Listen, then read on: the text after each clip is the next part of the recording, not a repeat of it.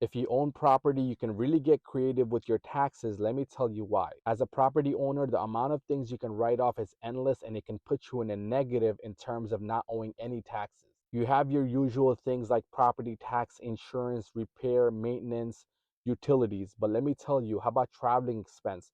Maybe you have to go visit your property, whether you're driving there or taking a flight. That's also deductible. And don't forget depreciation, the best deduction of them all. It's really a phantom deduction, meaning you don't actually spend any money, but you still get a write-off on your taxes. A lot of people miss out on depreciations. I see it all the time when I'm taking on new clients that filed elsewhere.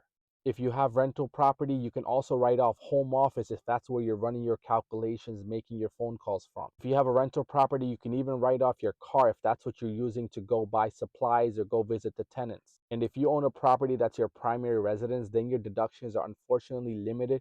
You can only take mortgage interest and property taxes. If you live in a state with low property tax or no income tax, then most likely you can't even take the property tax and the mortgage interest deduction on your taxes because the standard deduction is already much higher.